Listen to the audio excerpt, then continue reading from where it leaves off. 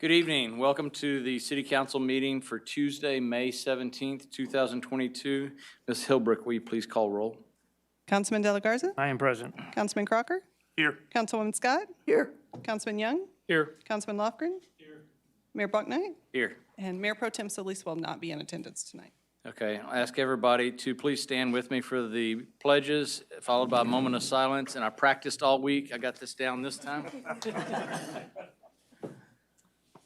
Pledge allegiance to the flag of the United States of America and to the republic for which it stands, one nation, under God, indivisible, with liberty and justice for all. Honor the Texas flag.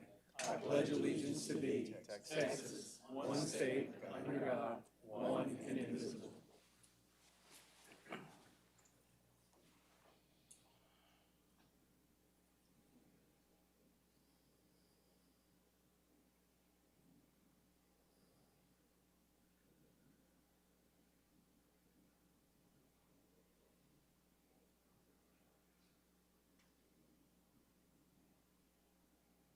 Thank you.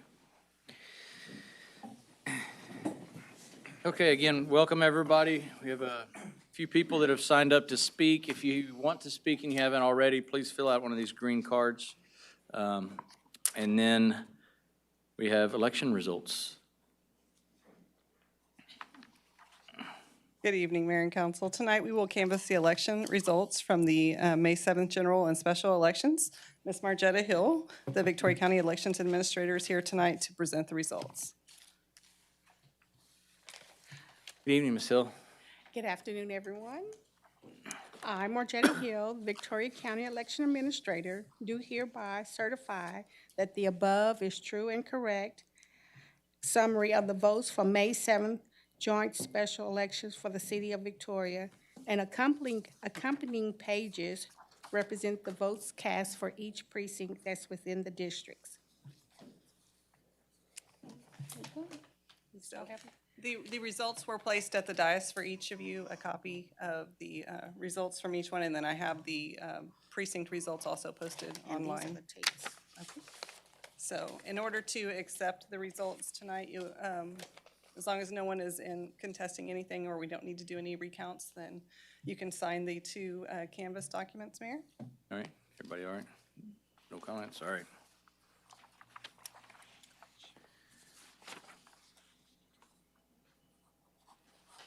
All right.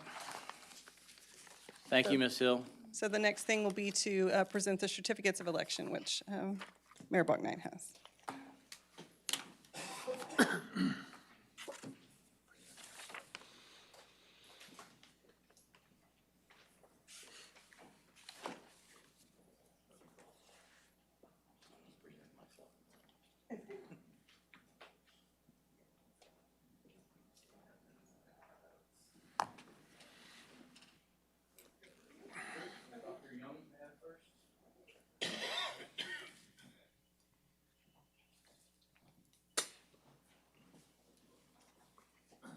You'll raise your right hand and repeat after me.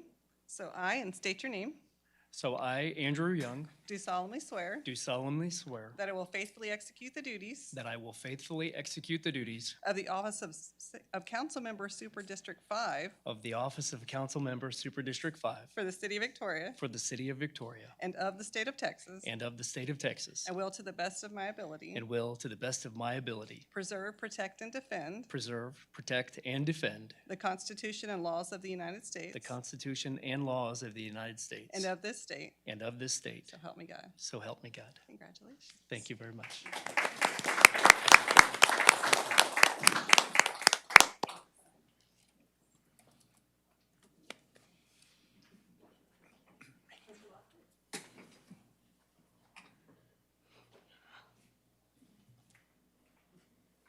You'll raise your right hand and repeat after me, please. I, and state your name, I, Mark Lofgren, do solemnly swear do solemnly swear that I will faithfully execute the duties that I will faithfully execute the duties of the office of Councilmember Super District 6 of the office of Council Member Council Member Super District 6 for the City of Victoria for the City of Victoria and of the State of Texas, and of the State of Texas, and will to the best of my ability and will, to the best of my ability, preserve, protect, and defend preserve, protect, and defend the Constitution and laws of the United States the Constitution and laws of the United States and of this state. and of the state. So help me God. So help me God. Congratulations, Thank sir. you.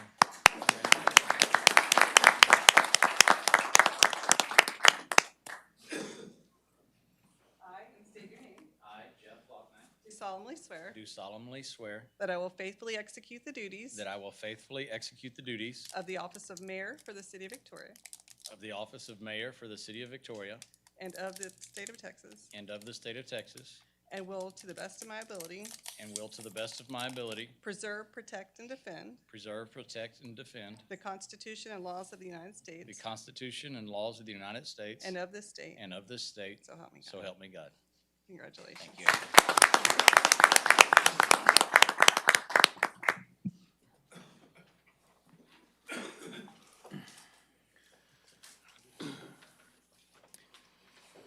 After the meeting, it would be good, I don't know if you got this before, get a picture of all three of you holding your Okay. certificates. Sure. Also, the results of the election, all the proposed amendments to the city charter passed. Thank everybody that went out and took the time to vote, exercised their right as a citizen. We appreciate that effort to understand those 14 different propositions. I know they weren't always the easiest to read, but they have to be written that way. Now we're in the Mayor Pro Tem election. As you know, as part of the election for those city charter amendments, we had one in there for the election of Mayor Pro Tem. And so the spirit of that passing, although we have yet to pass the resolution, we're going to go ahead and elect a new Mayor Pro Tem for the next year.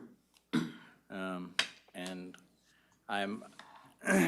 I'm happy that hopefully we can get into a rotation again, and everybody have a chance to cover a meeting or two, or read a proclamation elsewhere, and do whatever for Mayor Pro Tem duties. And I'd like to nominate Dr. Young as the most senior member that hasn't been Mayor Pro Tem. Thank you. I If it second needs it. a second, yeah. Yeah, do you accept? I'll accept, yes. Thank you. Are there any other nominations? No? So all those in favor of Dr. Young as Mayor Pro Tem, say aye. Aye. Those opposed, same sign. No one. And I want to thank, I know she's not here tonight, but Mayor Pro Tem Solis has done just a phenomenal job. She started in May of 2019 as Mayor Pro Tem. Even at that time, it was an honorary position kind of thing that, you know, he served in 1 year and went on. Well, we didn't know we were going to have a pandemic come the next year in 2020. Followed by the next year of the passing of Mayor McCoy. She stepped in very honorably and admirably to serve the citizens of Victoria as the interim mayor and Mayor Pro Tem until that special election. So really, a round of applause for Ms. Solis. She did a fantastic job. Great. And she also told me that she was very excited for you. Oh, very good. Thank you. And then announcements and reminders. Mr. Garza. Good afternoon, Mayor and council members. We do have one official announcement tonight, and to help me with that, I'm going to ask Ken Gill to come up and provide an update and reminder on a disinfection process. Good evening. Real quick, we do this every year. It's our update in our annual temporary water disinfection process change. We typically treat our water with a combination of liquid ammonium sulfate and liquid chlorine throughout the year. And what we're doing is we're switching to a total chlorine disinfection process. We've notified TCEQ. We followed all the requirements. It's to help keep the system clean. No, the water is still safe amongst all of this. We have notified the dialysis patients in the clinics, and we've also notified the people that have aquariums and put out a public notice. But it's annually, and we do this from June 1st to June 30th. It's just one of those things we do every year. Just wanted to get it in front of the public. Thank you, Mr. Gill. Thank you. Mr. Garza, anything else? No, sir? Nope. So we got public and employee recognitions. We have two items on the agenda. I wanted to mention one. We had a proclamation this morning, and it was for National Peace Officers Memorial Week, and recognizing that. It's for those it's to memorialize those that have lost their lives while serving as peace officers during this past year. And we also read the names of every Victoria County police or peace officer that lost his life ever. I think the earliest one was 1873. But for those that are serving right now, when I was a young boy, y'all were my heroes, still are today. Very honorable job that y'all do. Very brave men and women that we have serving our community, and I want to tell you, thank you. Appreciate it.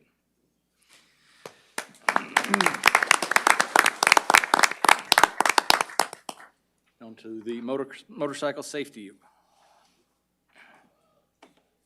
So whereas today's society is finding more citizens involved in motorcycling on the roads of our country, and whereas motorcyclists are roughly unprotected and therefore more prone to injury or death in a crash than other vehicle drivers, and whereas campaigns have helped inform riders and motorists alike on motorcycle safety issues to reduce motorcycle-related risks, injuries, and most of all, fatalities, through a comprehensive approach to motorcycle safety, and whereas it is the responsibility of all who put themselves behind the wheel to become aware of motorcyclists, regarding them with the same respect as any other vehicle traveling the highways of this country, and it is the responsibility of riders and motorists alike to obey all traffic laws and safety rules, and whereas it is important to urge all citizens of the community to become aware of the inherent danger involved in operating a motorcycle, and for riders and motorists alike to give each other the mutual respect they deserve. Now,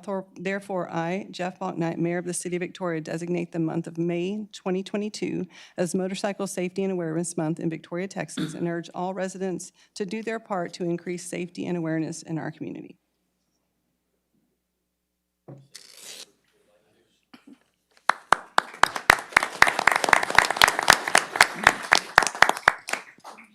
On behalf of the Calaveras Motorcycle Club, we'd like to thank you for making May the Motorcycle Awareness Month for Victoria, Texas. Thank you. Thank you all.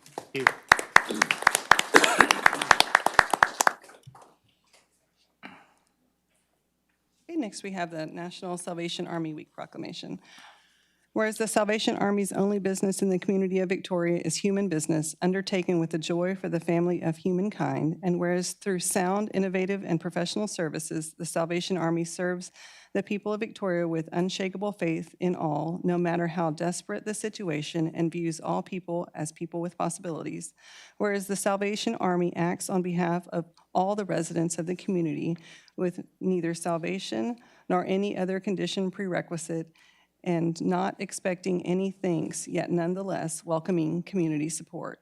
Now therefore I, Jeff Bauknight, Mayor of the City of Victoria, Texas, do proclaim May 9th through 14th as Salvation Army Week in Victoria, Texas, and do urge all citizens to join in saluting the steadfast men and women who bind up the brokenhearted and renew the heart of the community by their quiet service of compassion.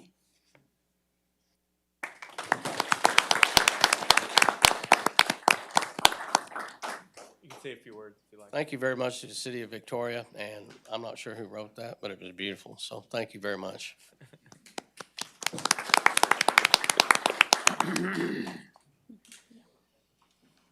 All right. That ends public and employee recognitions. Mr. Garza, you good? Yes, sir. Okay. We go into items from council. We have one on the agenda.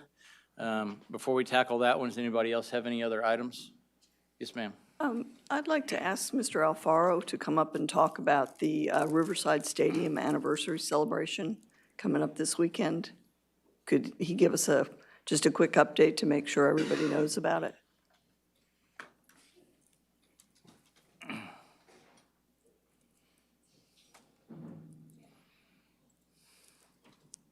It's summertime. It's time to celebrate. Good evening. Sorry, I gotta pull this mic up. Good evening. Yes, we have the 75th anniversary of Riverside Stadium this weekend. We have a lot of really cool things that are going on. So Friday afternoon takes place at 7 o'clock. We have a home run derby that'll take place there. We'll also have memorabilia displayed and some stadium tours. And then Saturday, the event kicks off at 1 o'clock, and we have a lot of different contests, dizzy bat contests, those kinds of things that'll be happening Saturday. And then we have a bunting derby. Victoria Girls Softball Association is going to showcase a few things, and same thing with the Little League. And then we'll have a celebrity softball game that we're looking at, potentially for 5 p.m. And then we also have some concerts that are going to be taking place starting at 6 o'clock, I believe. So we'll have 2 concerts that'll take place, and then the event will end at 10 o'clock. And we'll have T-shirts, we'll have food trucks, and we'll have just a wide array of activities for all generations. How would someone go about signing up for the home run derby? So we have a registration link on our website, the City of Victoria Parks and Recreation page, that just allows them to register through the website. So that would be the easiest and best way. So how are y'all gonna field all the balls that don't make it to the fence? We're counting on our fearless leaders to help with that. So I believe there's going to be a few of our city manager office individuals that'll be there, and nothing's going to get past them. Absolutely. Or in front of them. Between Derek, Mike, and I, we got that outfield covered. 100%. 100%. But that would conclude the event Saturday evening. All right, thank you. Yes, thank you. All right, is there any other items besides Mr. Lofgren's? All right, Mr. Lofgren? Catalytic converter theft has spiked in the nation, in Texas and in Victoria. Catalytic converters contain metals like rhodium, palladium, and platinum, and they've dramatically gone up in price. Platinum is half the price of gold, palladium is the price of gold, and rhodium is 8.5 times the price of gold. In fact, for a while it was $20,000 an ounce. It takes about 30 to 90 seconds, depending on the vehicle and how adept a thief is, to cut a catalytic converter out of a vehicle. Houston passed an ordinance to combat catalytical converter theft. Under the ordinance, it is unlawful for an individual or metal recycler to have a cut converter unless they have proper proof of ownership. The proper way you take a catalytic converter out of a car is you unbolt it. You don't cut it out of a car. I asked the city attorney to get about the ordinance and to get with the police department, because I think the Houston ordinance is a really good ordinance and would be something we could pass. I did find out that now the city of Humble has passed the same ordinance. So that's it. Good evening, Mayor and Council. Councilman Lofgren, you have done your homework. He pretty much could take care of my presentation. Of course, I don't know what the cost is per ounce of the different materials, but you are correct of what the precious metals are. It is a national problem. It's happened. We have seen spikes. I have some information up there just even last year. 325% of an increase nationally, and 336% increase in the state of Texas. With Houston, we put that number in just because you had mentioned that, and they were kind of the spearhead, the ones that took off and got something going. But I want to go back and talk a little bit about the state legislator had passed. They tried to address this from their level, but their law that they put out only really addresses the reseller, right? Some of the restrictions and limitations and things like that they put on. No one really addressed the issue of being in possession of it, right? So if we find somebody, we pull them over, and they're going to the, recycler, I'm replacing it or something like that, our hands are kind of tied. We can't really do much about it. Whereas in Houston, they made it a violation that if you have a cut converter, because as Councilman Lofgren pointed out, normally people would unbolt it to take it to get it fixed or exchanged or things of that nature. But what we're seeing is, and he is correct, it takes about 30 to 90 seconds to cut it off. And the picture that's in the slide kind of represents that, as does the picture of the unbolted one. There's definitely a difference there. In response to your question, do we think that, I'm assuming your question is, do we need to have something like that here? My professional opinion, and with some of the others that I spoke with in the department, that we do. Because it addresses those that are in possession of it. Because it's a lot harder for us to try to prove that they were trying to sell it. We don't know if they could or not. It's not a violation just to be in possession of it. So if we could write them a citation, each catalytic converter that they have is a separate violation. So if someone had, we just had one recently, and I think they had 16 or something like that in the bed of their pickup truck, we could have actually written them 16 separate charges. Granted, it is only a Class C, but at least it's something to arm the officers with. So the form of this ordinance would be more around just possession of catalytic converters with attached fines for those in possession? Is that what I'm hearing? Or is there more to it? I don't have a draft of the Houston ordinance, so I don't know. Well, it was individuals or metal recyclers unless they had proof. Right, Houston's ordinance went into specifics, and I probably could have explained that a little bit better. Right. And we, to be clear, we don't have a draft of this ordinance the way that we would have one here. If everybody's in agreement that this is something that, we should for sure develop a draft of, then we definitely would obviously look at Houston's, look at Humble's, and try and see what realistically could make a difference for us, and then share with you an actual draft on what that would be. So we don't necessarily we aren't prepared for today's conversation with a draft with specifics on what it would look like for us. And do we have recyclers in town that are taking these? I can't answer that 100%. The ones that we have dealt with in DC Young, were they not en route to Houston, or were they not planning to go to Houston? We had some catalytic converter offenses that have occurred. Come on up. We got to get you on camera. We've had some catalytic converter offenders come to the town, and they've committed the offenses. And we had about 12 or 13 of the offenses, like Chief was talking about. Because of the public was able to tell us, hey, we've got a suspicious actions going on. We were able to interact with those folks, and we found the offenses that occurred earlier that night or the night before, and we're able to arrest them. We took the cut catalytic converters. One of them was a brand new car. We matched that up with one of the brand new clean in the offender's vehicle, matched it up perfectly. So we were able to charge them with that. They were from Houston. Other offenders that we've arrested have been coming from the south end, coming from Corpus Christi. So we haven't had any right now that we have not interacted with that have had a cut converter. But the concept is the cut of the converter with that Sawzall, they crawl under a car, they got it real quick. Unbolting it, which is the right photograph, that's the right way to do it, to take it to a recycler. And yes, sir, we do have some of those in town. And they have several parameters and qualifications and identification paperwork that they need from the buyer. So the sale is a legitimate sale. The sale is a legitimate purchase. They just have to have the correct paperwork. Okay. Thank you. Thank you. Okay, I'd like to see it. I mean, those are huge numbers that are in Victoria, even compared to Houston's. So.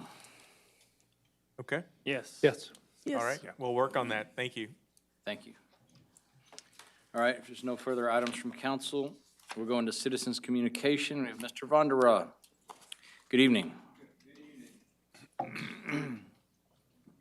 Good evening, council and mayor. Regarding stolen Cadillac converters, my mechanic just got several stolen at AccuTune. And I was wondering if they could put VIN numbers on the Cadillac converters, and that way it'd be easier to prosecute them criminally, because you know, without the catalytic converter, you can't pass a safety inspection, you know, to your car. And it sounds like a tank, you know, without it. You'll know when you start it up. And they have exotic metals worth like 20 times worth more than gold. I can't remember all the scientific names, but they can sell them up to $700. And if they had the VIN numbers, they would probably have to sell them overseas and probably wouldn't get as much money for them. But anything to help them. And my condolences to, I heard the ex-district attorney Dexter Eves passed away. Condolences to him. And also, I'm trying to get a law passed to where sex offenders can't live within 2,000 feet of a school or a church. We have sex offenders in the trailer park that's hanging around children, and some of the women, they're dating sex offenders, and they have children. I don't know if that's against the law for a woman to date a sex offender, but I do know one case where a woman was dating two different sex offenders, and they got convicted of crimes.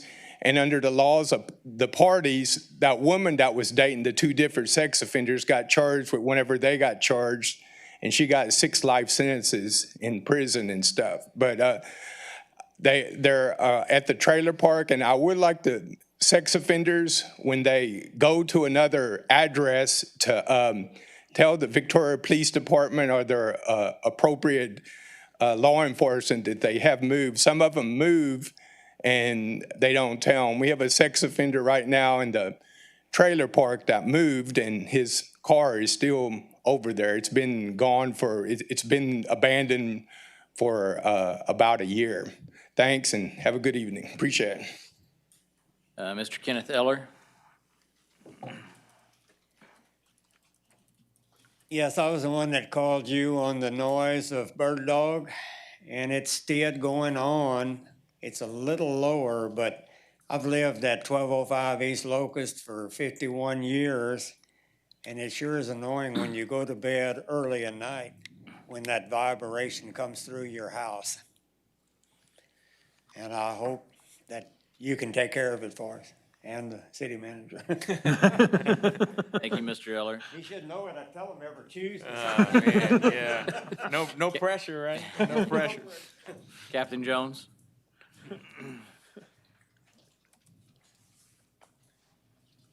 I just wanted to take just a moment. Sometimes the folks that we expect to serve us don't get any recognition. And I just wanted to take the time to thank the City of Victoria, the city managers, and those that honor us. We want to honor you all for what you do.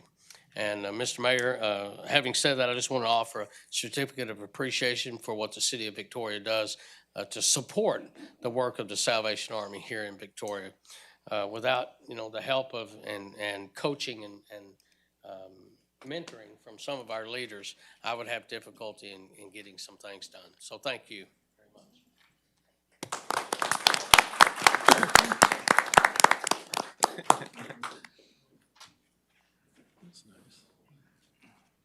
Should have grabbed a quick picture of you two with that one. Yeah. We appreciate that. Y'all do great work, and we're very, very happy to support you when we can. That's it from citizens communication. We don't have any items with public hearings, so we're going to go into the consent agenda. Item D1 is the adoption of minutes of the special meeting on April 29, 2022, and the regular meeting on May 3, 2022. Item D2 is an ordinance amending the schedule of rates for taxi cab services, and this item is on second and third reading. Item D3 is a resolution approving an advanced funding agreement with TxDOT for illumination and signage improvements at the intersection of Juan Lynn Street and Delmar Drive.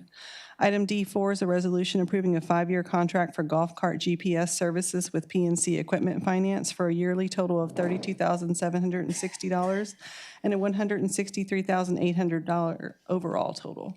Item D5 is a resolution approving Amendment Number 1 to minor construction contract for golf course restroom renovation between the City of Victoria and Roth Construction Incorporated. Item D6 is a resolution authorizing a tax resale of 1906 Southwest Van Jordan Street and 1514 Harry Street. And item D7 is a resolution approving a modified lease purchase agreement with Presidential Bank FSB for 8 Philips Tempest monitor defibrillators in the amount of $345,959.13. Thank you, Ms. Hilbert. Motion? I'll move for approval of the consent agenda items D1 through 7. Second. All right, we got a motion to approve the consent agenda. All those in favor say aye. Aye. Those opposed, same sign. Motion carries. Item E1. Item E1 is a resolution adopting the May 2022 charter amendments as approved by the voters of the City of Victoria. Good evening, Mayor, members of council. It's unfortunate that former Mayor Pro Tem Solis is not here tonight to see the fruition of the project that she started.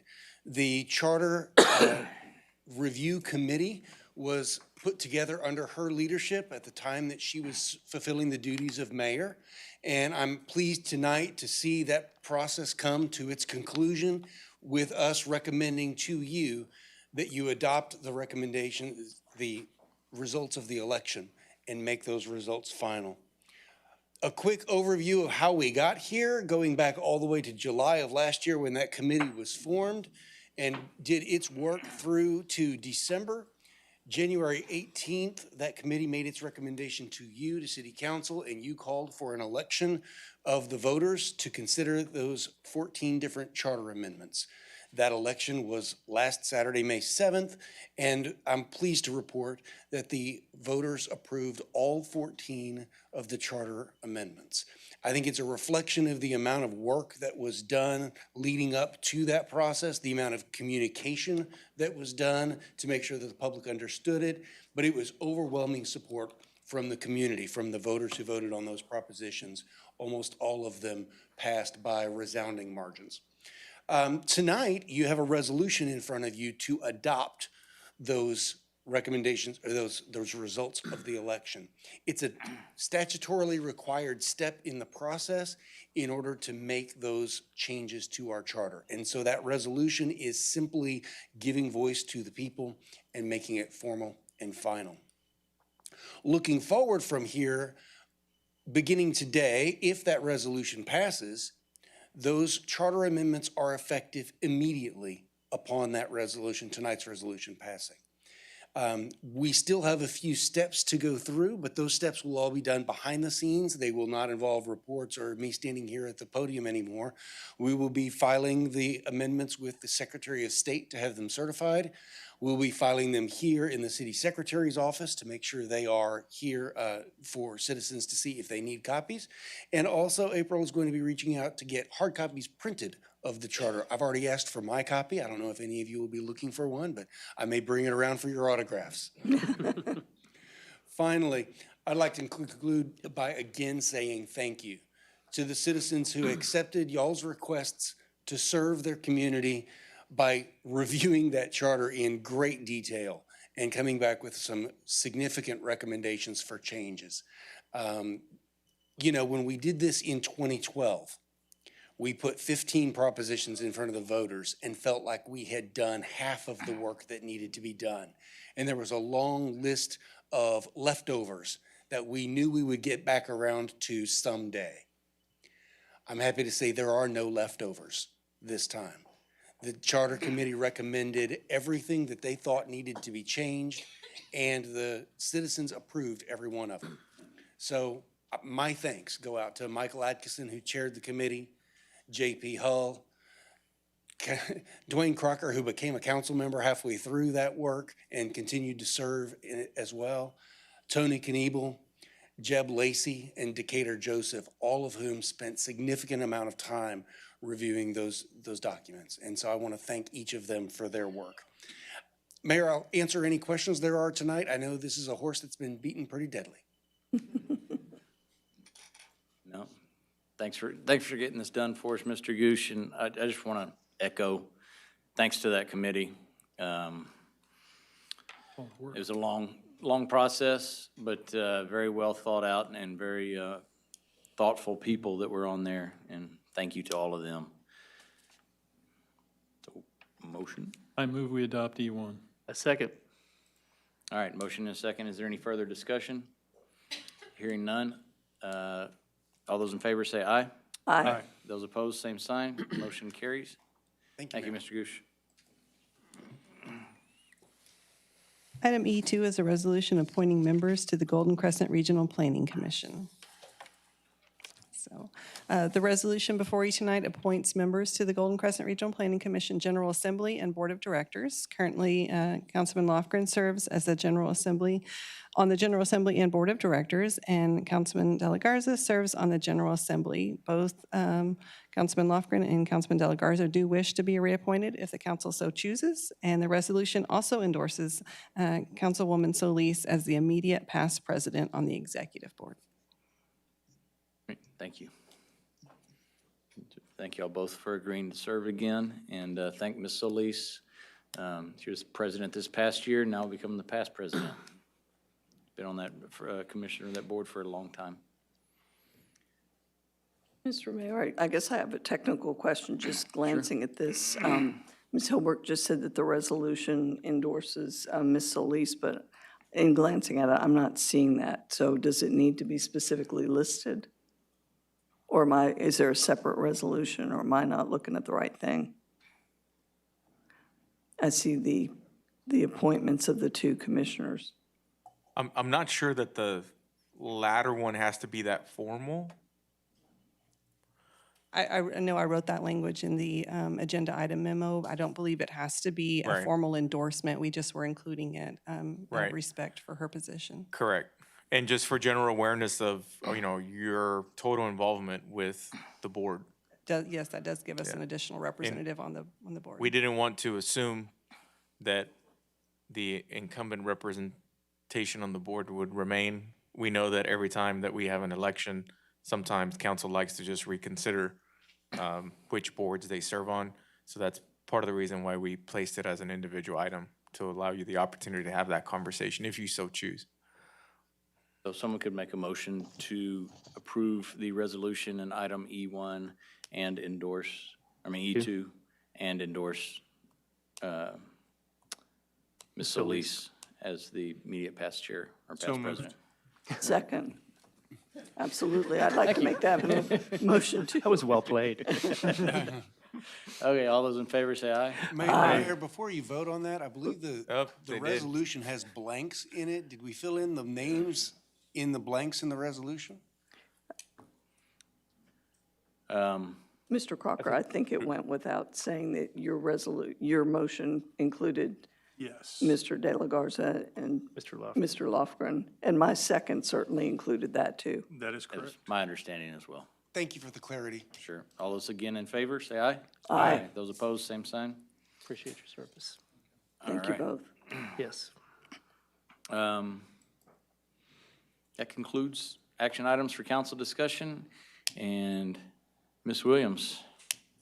So we have two city manager reports for you this evening. The first one is a continuation of the entertainment district, but also we'll delve a little into the sound ordinance. And so I know we have very interested member in the audience on this topic. So we hope to get a resolution for this in the near future.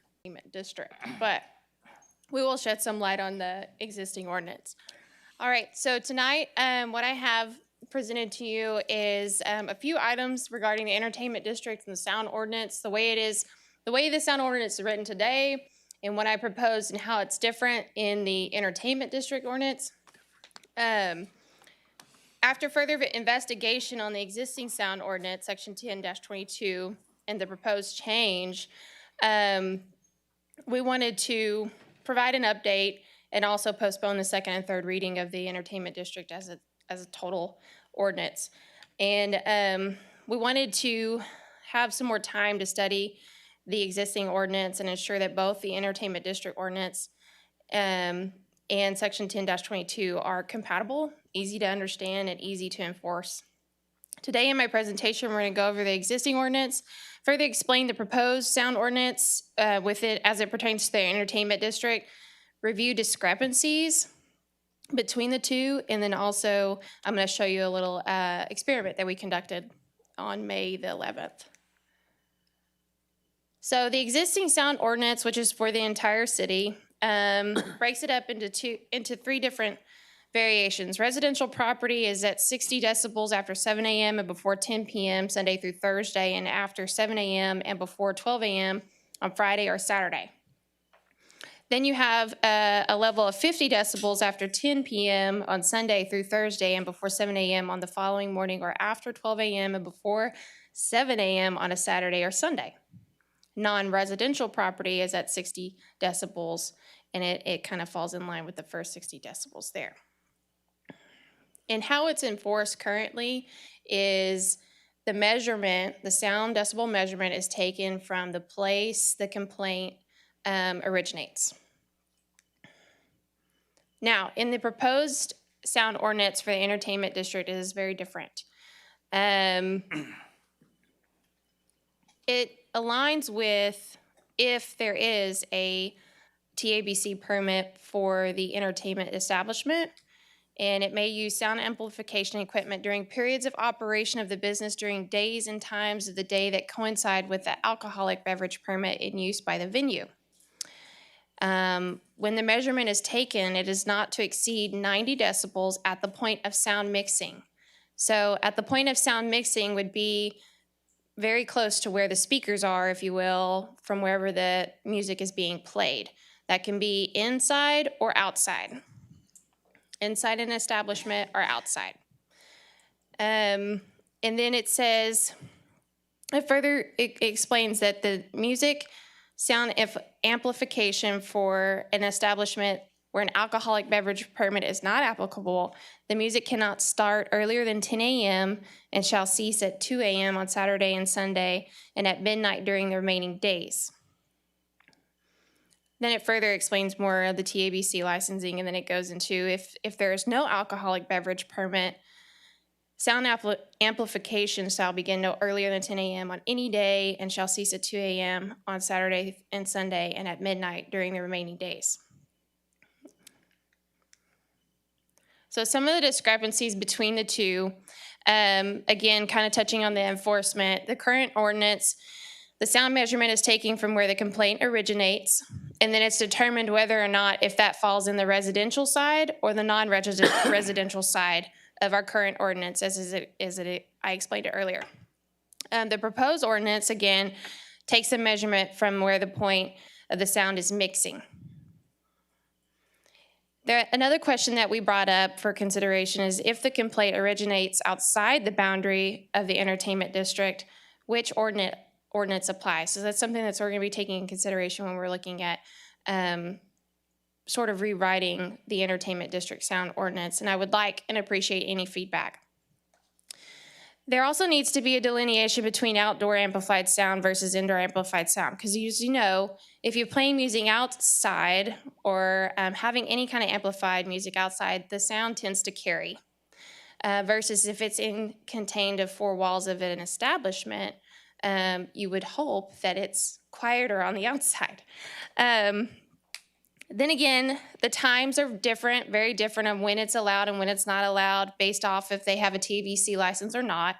And I know from some of the businesses, they would probably like to see it to be extended to 2 a.m. versus 12 a.m. because they can obviously make more revenue that way. But then again, it's a balancing act, if you will, with trying to also make it a nice space for the residents that are in the area.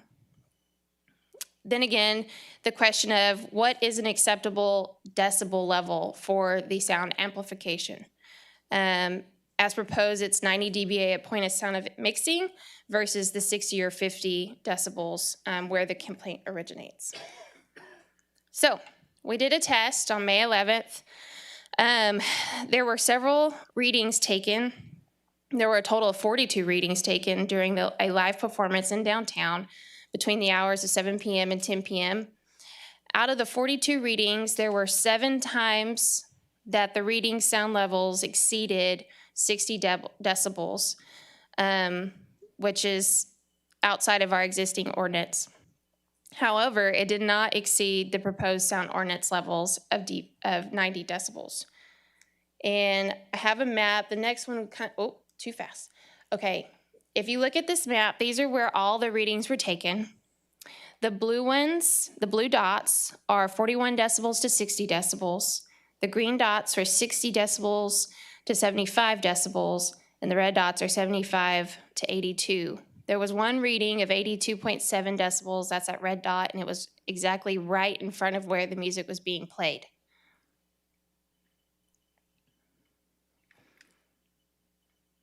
And again, these were taken at various times, as you see, one at 8, one at 9, one at 7:41, and tried to get a good reading on where else in the few blocks areas from the music sounding. And this music was outside of the establishment, not indoors. It was outdoors.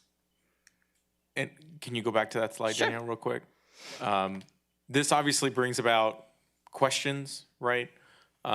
Because obviously our existing ordinance is based off of where the resident or where the complaint came in from.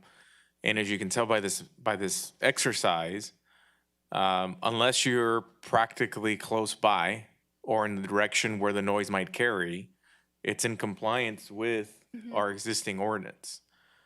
If we had the entertainment district ordinance in place, it would also be in compliance because at the source, it was less than 90, right?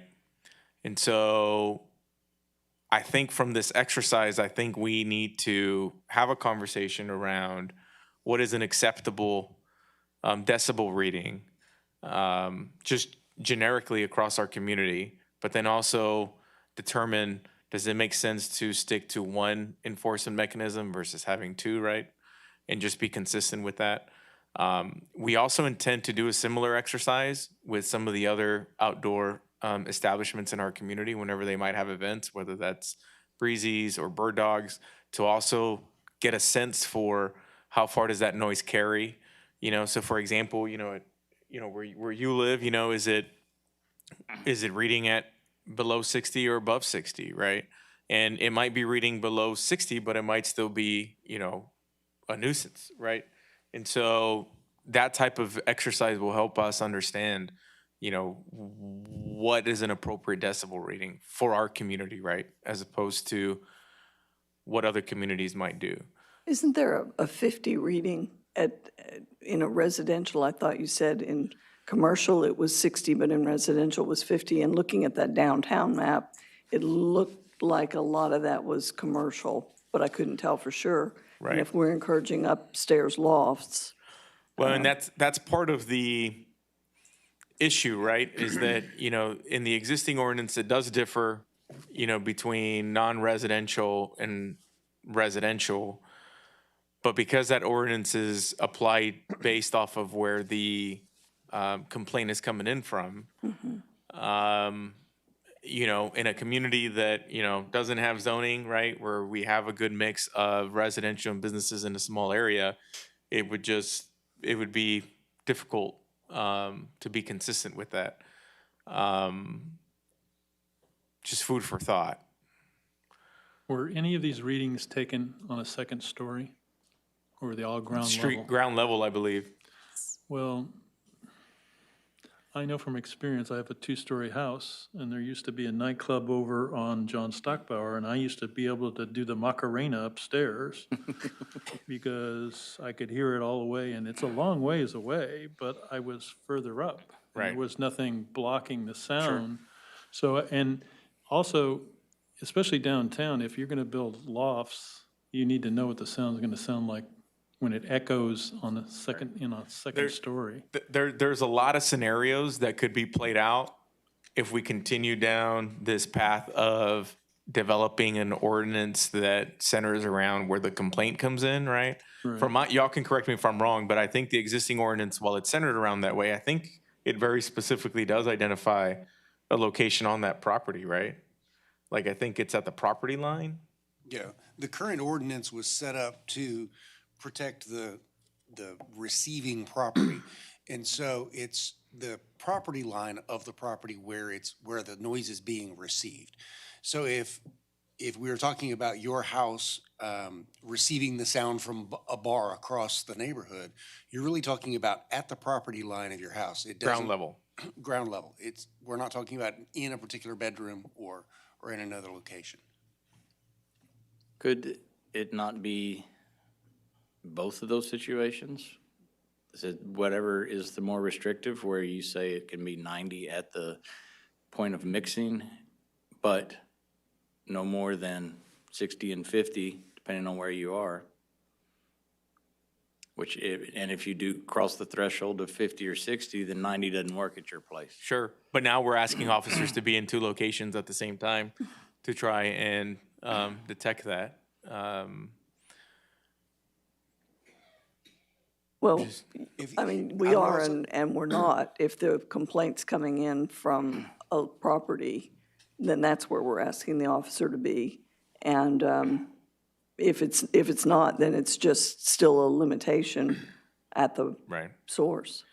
If you're looking to keep the current standard in place, there's no reason to adopt a noise exception in an entertainment district, right?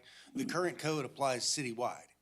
And so if you want to say that the current code will still apply to bars and nightclubs in the entertainment district, there's no reason to include that paragraph in this new ordinance. Right. The intent was to create an environment that was potentially more welcoming to these establishments, right? So for example, if you're a business wanting to set up this type of business, well, maybe the fact that you can actually have your noise go longer entices you to locate your business downtown, right? Versus somewhere else, right? Maybe downtown you can have it a little louder. Again, as a way to create an environment that brings the businesses downtown, right? It doesn't have to be that way, but typically entertainment districts attempt to achieve that by creating that environment. One of the challenges too that Danielle didn't hit on was if we are successful in this and we have multiple establishments, let's say on the same block, and you follow the kind of model that we have now, where it's based off of the receiving end, well, then it would be hard to determine, which of those establishments is the one that, triggered that above 60 or above 50 or whatever it is, right? At that point, then you're having to sort of go talk to 5 different establishments, not knowing which one really is the one that's contributing to the experience of somebody a few blocks away, right? Versus if you center it around the point of mixing, and that's why it's centered like that way in entertainment districts, then you can take it establishment by establishment and focus it that way. Now, is 90 the right number? Maybe, maybe not, right? But in terms of principle, it's just food for thought, things to think about.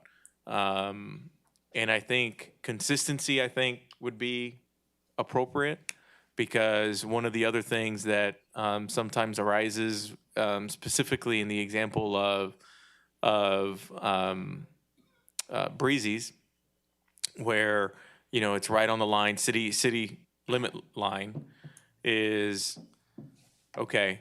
How do you determine how you enforce it, right? Because there might be people that are saying, hey, that establishment that's inside city limits is very loud. I happen to be outside city limits, so it's above 60 on my property, but the establishment is inside city limits. So in that scenario, how do you sort of hold it to the establishment? And at the end of the day, regardless of which path we go to, it's our officers going and talking to management at these establishments about the situation. So there's just a lot to think about, probably more than we realized when we went down this path, right? But I think it is creating an opportunity for us to rectify, clarify, and hopefully come up with a product that is consistent, definitely easier to understand. I mean, just Danielle reading off even just our existing ordinance, right? It's kind of a mouthful. And so if nothing else, coming up with easier language that makes it easier to enforce, I think would be helpful for everybody involved. So is there a plan in place to gather more data at different points throughout the city and include Yes. that? Yeah, so, the police department, the community engagement division for the police department will be working, developing schedules to sort of do the same exercise, around other establishments that we know we get calls from. Quite frankly, we get calls, I don't know percentage-wise, but they end up being all around the establishments that have music outdoors. Very rarely get calls from folks where music initiates indoors, right? And that's why it brings up the issue of, well, does that mean that we just have to address specifically the outdoor music piece separately and distinguish that? Maybe, maybe not. But we know that the complaints that we receive all center around establishments that have music outdoors. And can you pull up that map again, please? I want to make sure I understood one part of that. Okay, so as I understand that, at 7 p.m., the red dot in the block that was circled there, that was measured at the source? Correct. Okay, and it was 75 to 82, which would be at least 8 decibels below what the proposed ordinance was. Correct. Okay, and so then, and I guess my point is that, or my question, I guess, is that I see the other red dot over there, which shows that that was at 75 to 82. And then the green dots were 60 to 75, which would be in excess of our current ordinance. I guess my point would be is that if we go 8 decibels higher, you already have 4 that are out of compliance with the current ordinance.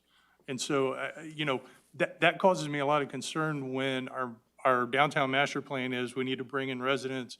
How do we do multi-use facilities, that sort of thing?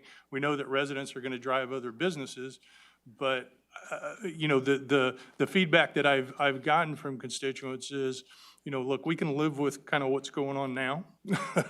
We've all kind of made accommodations and adjustments to it, and I think the people that live downtown now, know what those adjustments need to be and what they are in the businesses, and it seems to be working from what I hear. So my concern is going in and trying to do something different that's going to create an unintended consequence, not only for the people who are here now, but also that's actually going to discourage residents moving downtown later.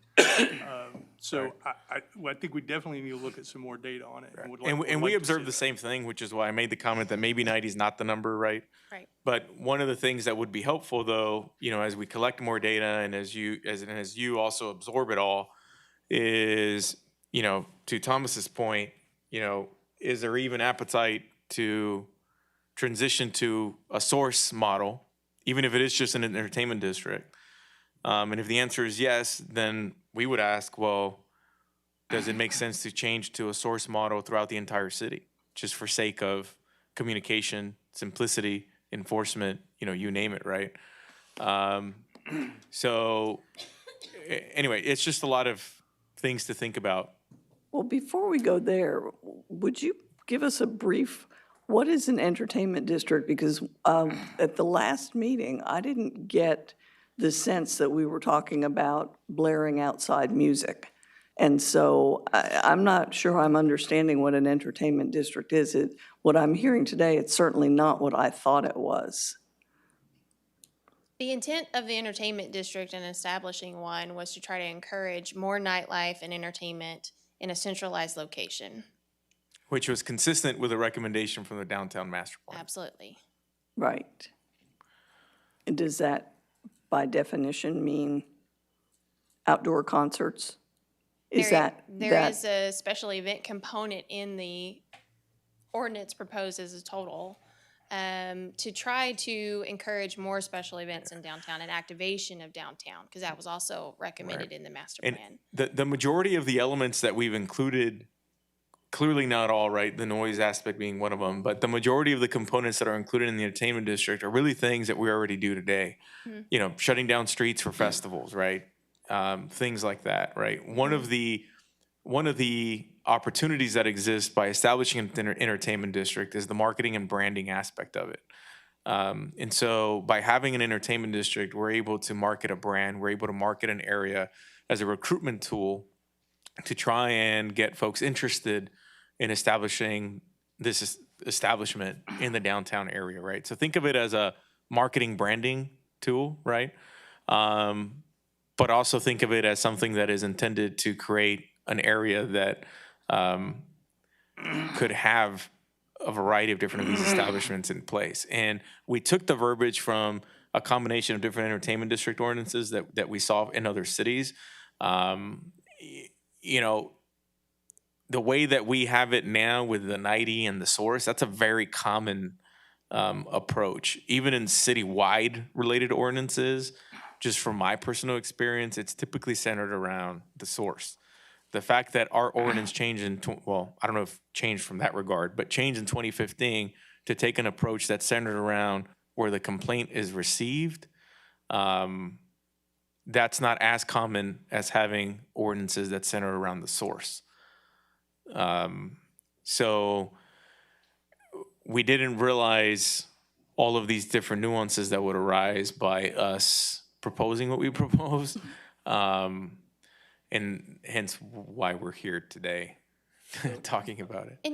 And at the end of the day, as far as, it's not like I'm going to say tomorrow we're going to have 10 new bars and restaurants in downtown, because ultimately these are not my properties. These are not something that I have any control over. But it's just, like he said, a marketing tool to try to encourage more diversity in our businesses in downtown. And hopefully we could have a little bit of more of that later down the road. Ms. Williams, most of these, let's say there's music going on, point of mixing, these readings were taken outside, correct? Yes.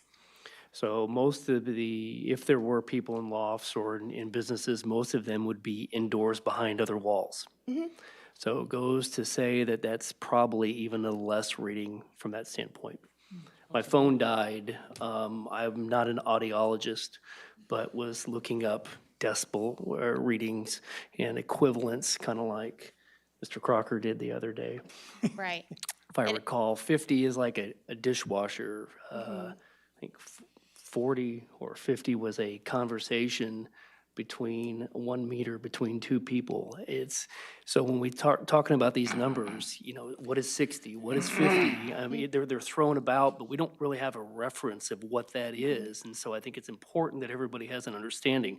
50 sounds like a lot, you know, if it's the minimum threshold, but when you say it's a simple conversation between two people 1 meter apart, you kind of go, oh, well, maybe that's not such a big thing. And I think that they're having some understanding about the science behind it and what that actually is an equivalent to is very important in this conversation. Mm-hmm. I would agree. And in fact, when I was looking at those, you know, one of the things that struck me was there are recommendations that anything above 85 could actually damage your hearing, you know, if you're exposed to it for an hour or more. Well, obviously that struck me because we were talking about 90 at the source, and I thought, well, those two things don't, that doesn't seem to sit well, you know. And so I think definitely I would like some more information, just as Councilman Young has requested, in terms of, you know, what are these sounds actually, you know, what are the levels of these? What is the impact, both interior and exterior on surrounding properties, to the extent we could get that? Yeah, because I know there were some questions about people working, and if it's from 10 to 7, and what is that? Does that affect people's work schedules downtown on there? And there's been some comments about that, but knowing that, what is it inside? Would it actually affect your ability to work? I don't know. Yeah, I don't know the answer to that. And then on the ETJ areas, we don't have the ability to enact any ordinance around sound amplification, correct? Correct. So it would need to be the county, which they do they have that ability? No. They don't have that ability, do they? No. No. I was going to say, personally, I kind of like the direction of our ordinance with it being the level at the place of the complaint, at the recipient. I think it fosters better relations between neighbors. And instead of just complaining that they're making a lot of noise and I can't do anything about it, by us having a relatively reasonable level and then being able to say, you know, you don't live out in the country where there are no neighbors, but, you know, we can still keep your levels reasonable. I know it may be different than what other cities do, but I kind of like that concept. I think that works fine, except for the situation like at Breezy's, where it's right on the city limits edge, and there's plenty of residential stuff around it that are in the county. So our officers don't have the ability to go to the county resident that's complaining about the sound to go back and address it with Breezy's. Mm-hmm. Whereas if we had both. And then there's not a county ordinance, and there can't be a county ordinance for sound. So it's not like the sheriff's department can go there and say, do this. So some element may have to have at the point of mixing. Right, it'd have to be. I mean, another scenario to consider is, as we look to incorporate more housing downtown, and some of which already exist on second floors in some buildings, is that you would have potentially the scenario where you have music originating on a first floor, somebody living on a second floor. And if we try and enforce something the way that we have the ordinance now, that person on the second floor is obviously going to be, you know, hearing things, right? And so we have to think of the reality that typically downtowns are built different than traditional neighborhoods because of this mixed use environment that rarely exists outside of downtowns. And this is why entertainment district ordinances are developed centered around the source.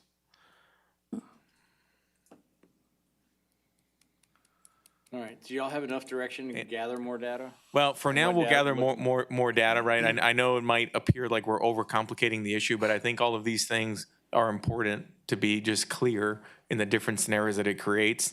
To throw another one at you, right? Downtown, if our existing ordinance only distinguishes between residential and non-residential, how do we qualify a building that's multi-purpose? Right, so there's just a lot of things that need to be cleaned up. And so what we foresee as we gather more data and have more conversations internally is more than likely a recommendation to amend all of the ordinances involved that touch this. Because we think there's, even if council decides to give the policy direction to stay with the existing model that's citywide, there's still some cleanup opportunities even within that language. So what type of time frame are you thinking on that before we could bring the entertainment district back in front of us with those changes?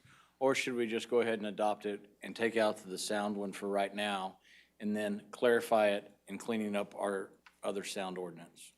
Yeah, it's really your preference. You know, from our standpoint, you know, establishing the entertainment district will be helpful, but wasn't something that was, you know, a sense of urgency that needed to happen, you know, today or tomorrow. And so we figured that we would take maybe a couple of months to kind of finalize and fine tune what we decided to do around the noise ordinances, address that, and then bring the entertainment district back. But if council prefers for us to bring back the entertainment district for the official second and third reading at the next meeting and simply exclude the sections hitting on the noise ordinance, we could do that as well. And part of the data that I'd like to see coming back, if we could add to it, is our current noise ordinance working? I mean, that's a question I have. I mean, how many complaints do we get? What are the types of complaints? What do those look like? I mean, you know. We've talked about that, and one of the things that I know Chief Jameson's is gonna hit on is this reality that in the world of police department 911 calls, noise complaints are not near the top of priority response level.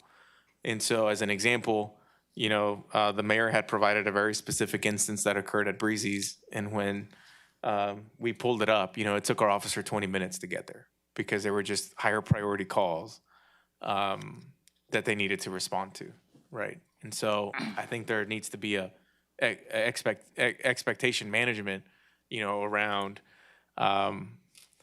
where noise complaints fall in the spectrum of calls that the police department gets. Is there any way to shift that to code enforcement?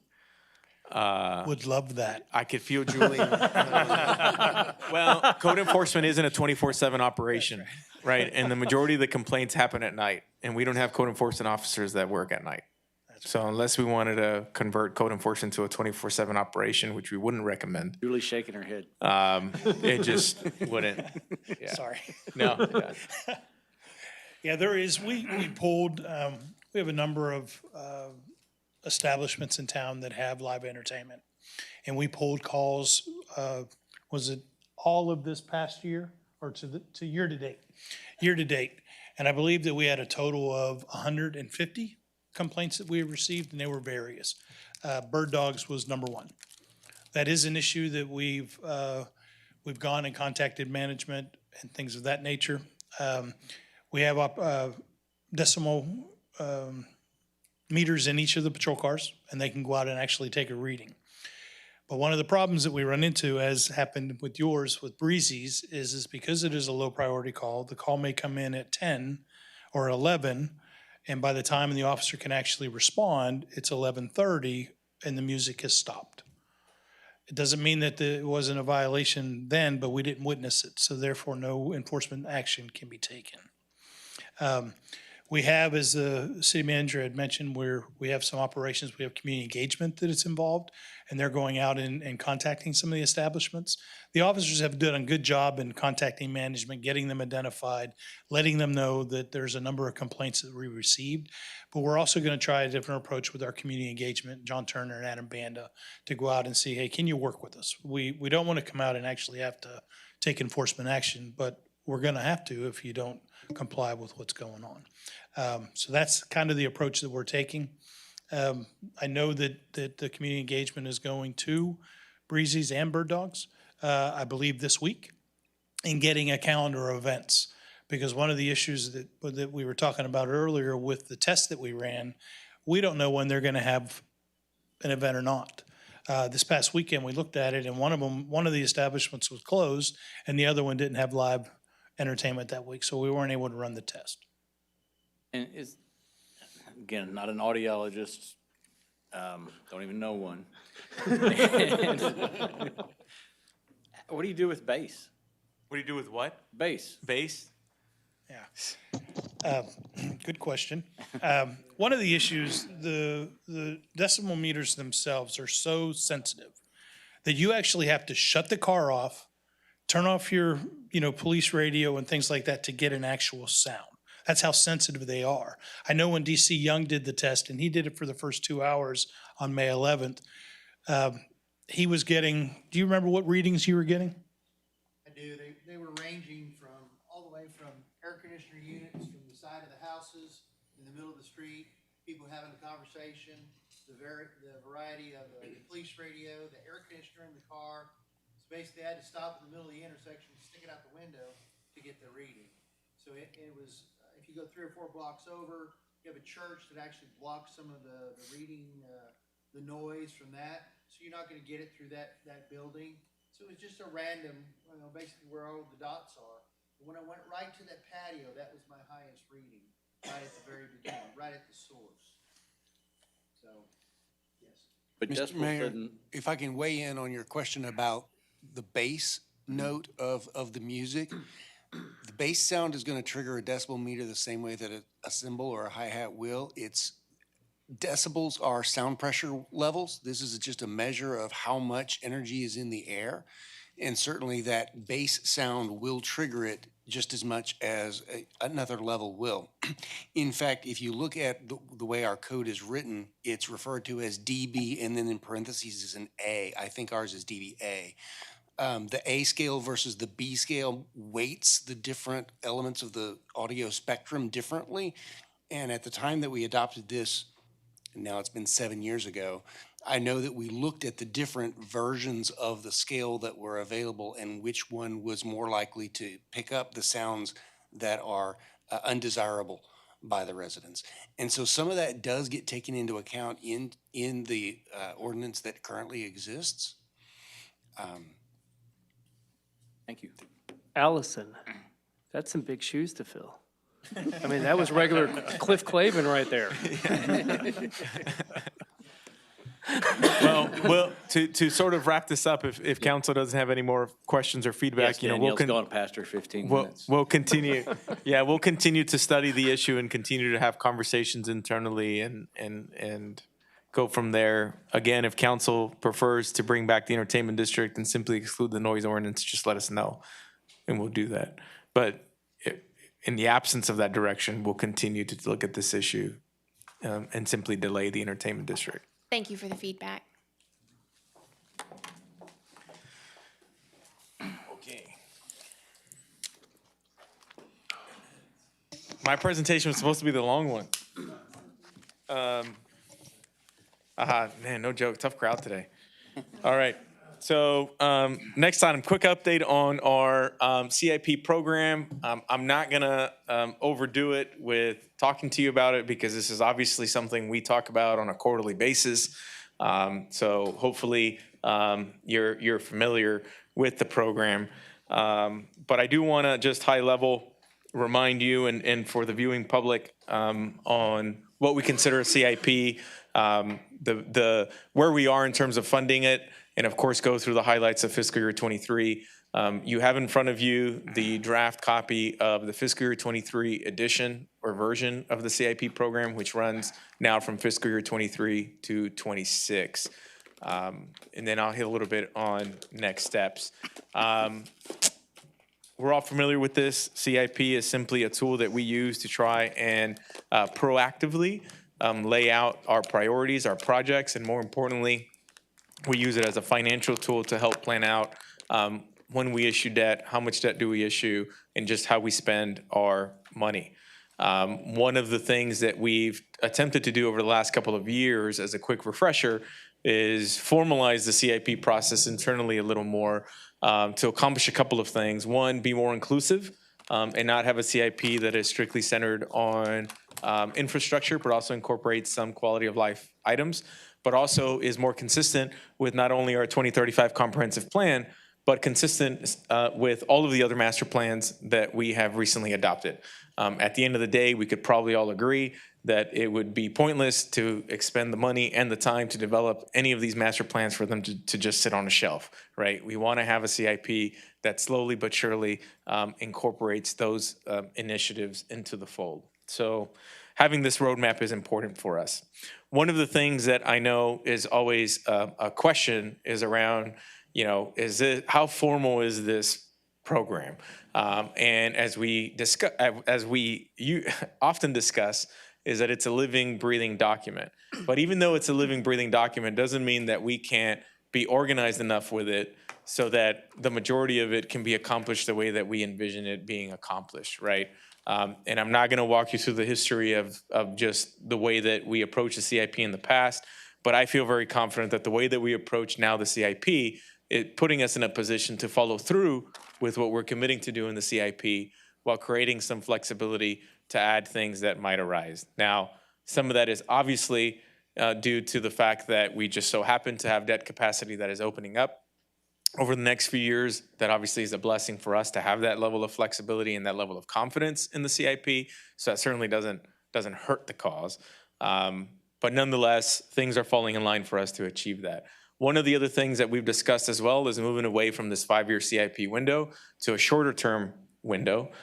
This helps us focus more on our goals and helps us stay more on track with those goals. And so as an example, the CIP program that you have in front of you and that I'll walk you through did not add a fiscal year 27 component to it. Had we continued that cycle of making it a 5-year CIP, we would have spent time and energy focused on trying to add some stuff into the CIP in fiscal year 27 versus focusing on the goals that we have in the now and in the near future. And so if we completely shift to this 3-year CIP planning model, we won't actually add a 27 until we're looking at the fiscal year 25 edition of the CIP that would incorporate 25, 26, and then the new year 27. And so this gives us time to focus on the now and in the recent future. This is simply a graph intended to illustrate the fact that our CIP is growing. This is obviously also due to the fact that we have additional debt capacity, but also due to the fact that we are thinking more creatively and we have other folks that are contributing to the fold. So as an example, in fiscal year 22, you'll notice that the line item for thoroughfare is the highest that it would have been in this, I guess, what is it, 8-year history that we show here. That's because of the UHV Ben Wilson project that we incorporated into the budget, and obviously UHV provided those funds. But this gives you a sense of just how we've evolved the CIP. This gives you a sense right off the bat that the fiscal year 23 edition of the CIP has a significant increase in utility projects, which are shown in blue. You also see that we continue our investment in thoroughfare streets and residential streets. And again, that element of it is skewed in fiscal year 22 because of UHV's contribution to that. Otherwise, it would look a little more comparable.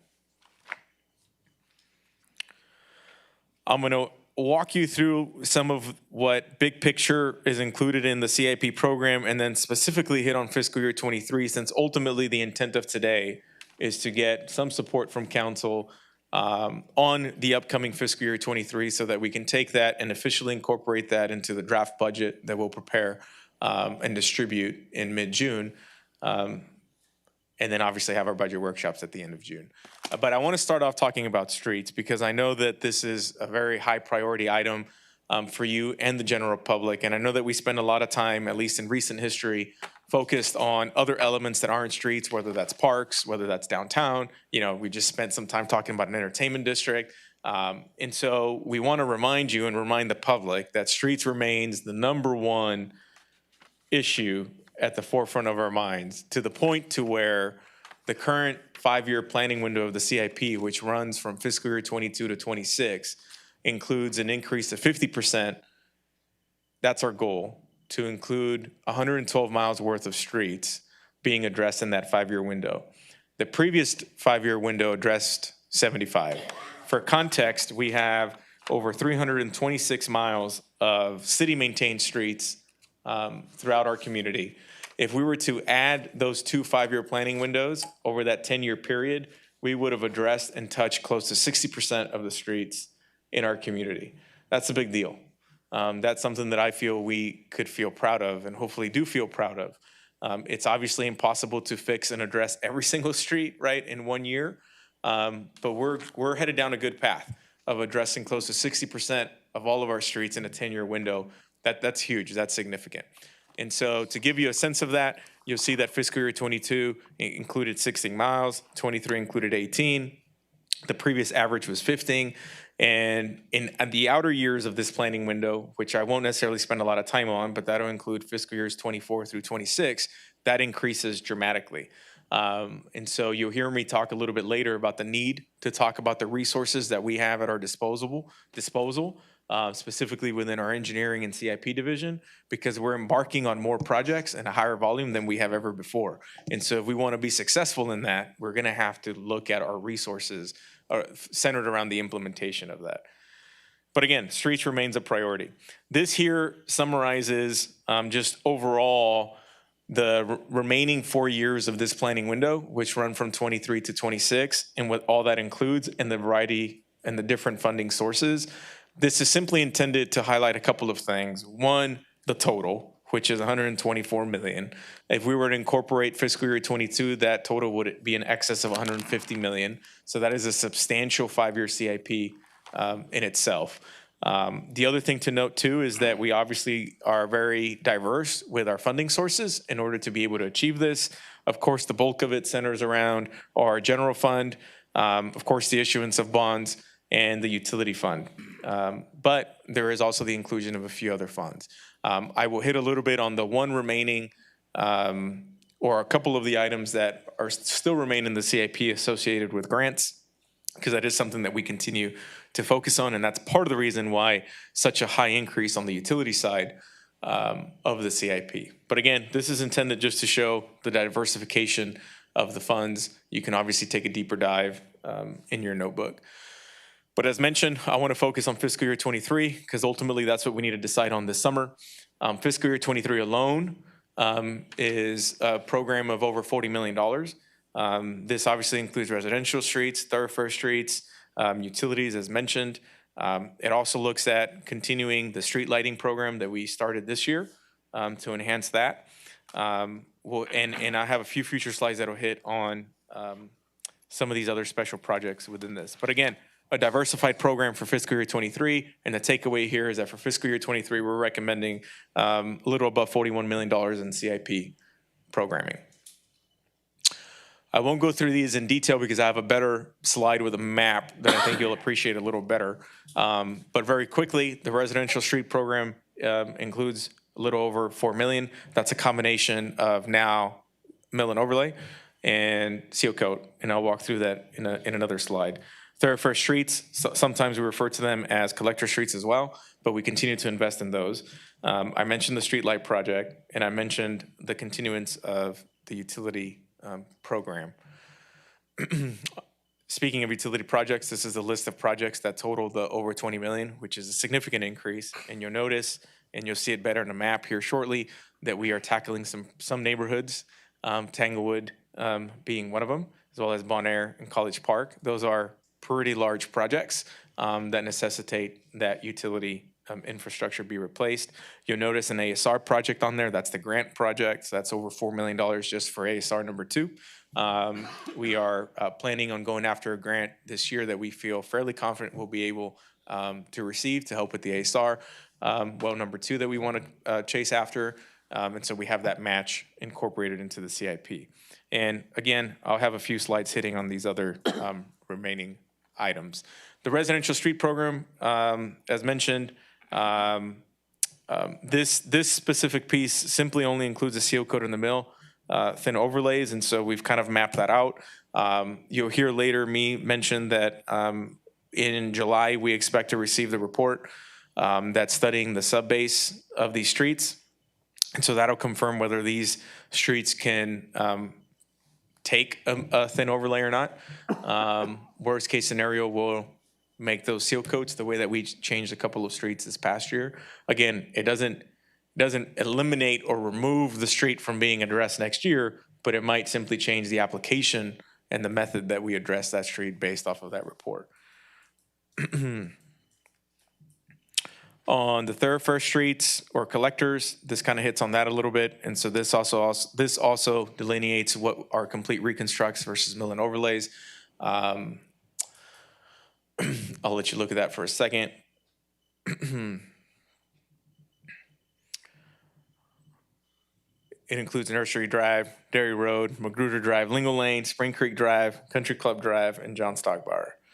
And so we are continuing our focus on thoroughfare and collector streets.